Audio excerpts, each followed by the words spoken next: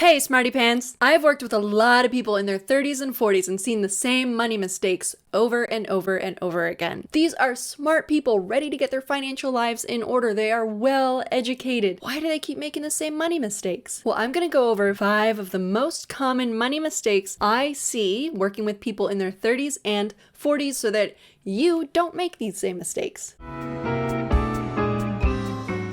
Number 1, not having a credit card, and this is the one that's going to get me the most flack. A lot of people get themselves into credit card debt in their 20s. Maybe they're still in school, maybe they're just underpaid, they don't know how credit cards work. They spend a lot of time and a lot of money getting themselves out of credit card debt, and then they swear off credit cards for the rest of their lives. But they don't recognize that they are a different person now than they were in their 20s. They can learn how credit cards work. They can learn how to use credit cards properly so that you get into no debt whatsoever. So it's just a very convenient form of paying for things that also increases your credit score. I like credit cards because there are some perks that come with credit cards which are really important to your whole financial life. First, it is one of the simplest ways to build credit.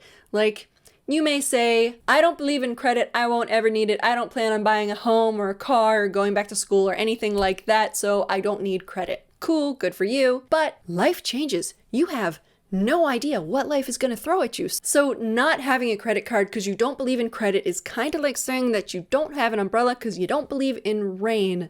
Sure, maybe you could lead a charmed life and you'll never need an umbrella whatsoever. You will never get caught in the rain. But what if you do? It's nice to have that umbrella. You may land your dream job somewhere that you have to get a car fast. You may find that the perfect home goes up for sale at the exact same time that your landlord decides to jack up your rent prices. Just take out loans for that kind of thing. That's what loans are for. And you can't get any loans if you don't have a credit history. Even if you never plan on using it, just having good credit, just in case, is important. Second, they are safer than cash or debit because cash can be stolen, cash can burn up in a fire, your debit card information can be stolen, people can drain your checking or your savings account and you have very little recourse. Credit cards have a lot of laws behind them. If somebody steals your credit card information, it is extremely unlikely that you will be on the hook for any purchases they made. Third, perks. I mean, if you're going to be spending that money, you might as well get cash back or travel miles, right? Just be sure that you're using your credit card smartly. You pay the full balance every single month on time and you're good. I will put in a caveat.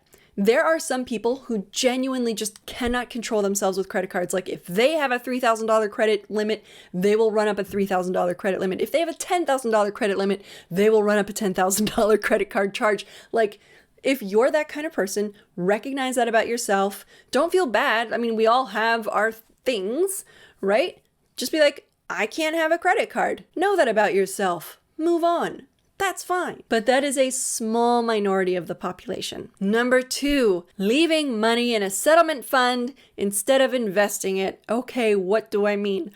Follow me here. When you go to open a checking account or a savings account, you open up the account, you put some money in, you're done. Investment accounts, so your retirement funds, either at work or your IRA, or if you have a separate investment fund, like a brokerage account, you open it up, you put money in, that money clears, and then you take that money and you invest. So if you put in $5,000, you say, okay, $1,000 to this stock and $1,000 to this bond and $3,000 to this index fund.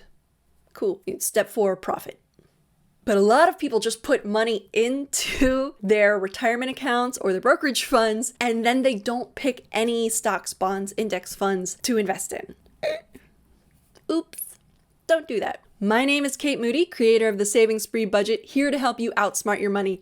I am driven by the idea that good people can do great things when it comes to their money. So if you're ready to get control of your money, to do great things, be sure to subscribe. Number 3, not having a plan for your money. My core clientele are people who are making more money than they ever have, but are still living paycheck to paycheck. And they're like, what on earth is happening? Okay, what usually has happened is they were in school for an extended period of time. They got used to living on very little money. And every single month, all the money in their checking account went down and down and down and down. They kept it above zero and they were very proud to keep it above zero. And then the next month, all of their money went down and down and down and down. And they kept it above zero, which is great. They were able to make all of their bills without overdrafting.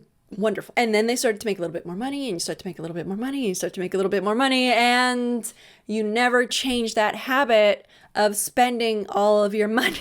It ends up, after many years of this, they're just confused and ashamed, and they're like, what am I doing? What is wrong with me? I am a failure. I should have learned this stuff. Da da da da da da da. Oh my God, all of that, so not healthy. It's really just a matter of creating a plan for your money, otherwise known as a budget. Take a look at what is coming in, and instead of throwing that money out like so many Mardi Gras beads, actually make a plan for it. I'm going to be putting up more videos all about the savings spree system in the next few months. Be sure to subscribe so that you can learn how to implement my system of budgeting that's like, you could follow a budget without the misery of following a budget. It makes it really easy. Number 4, not using their emergency fund for emergencies. Okay, it's like, remember in the 90s when vamp lipstick was all the rage?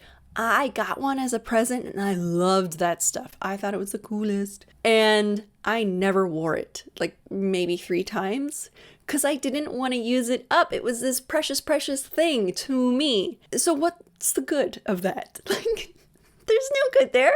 For those of you who have an emergency fund, especially a fully funded emergency fund, that probably took you years to build, and you're really proud of it, and you loved watching it go up and up and up and up and up every single month, and then something happens and you are loath to take from that emergency fund. But the thing is, if you don't take that money from the emergency fund, you're going to take it from your regular monthly budget, your regular monthly spending money, and you're going to blow a gigantic hole in your monthly spending. Don't do that. You have an emergency fund for anything that you, 1, could not have predicted, and 2, absolutely must pay for, right? Your transmission falls out of your car. You could not have predicted that. You have to pay for it if you live somewhere where a car is a requirement. But like tires? You know that you're going to need new tires. Maintenance? You know your car is going to need maintenance. So not using emergency funds for emergencies is bonkers. Next time you have something that you absolutely must pay for and you could not have predicted, think of vamp lipstick. Don't be 90s me. 5, not automating savings and retirement.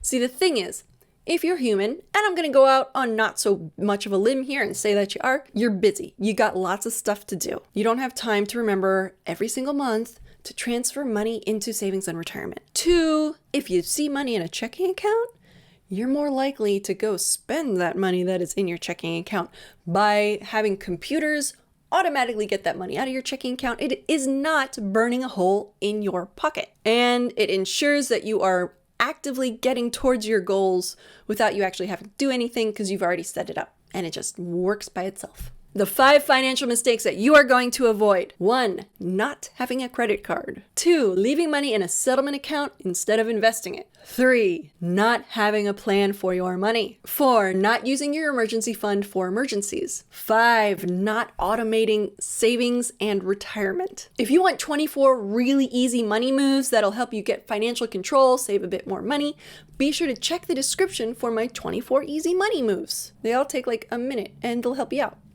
Cool. Thanks for watching. Cheers.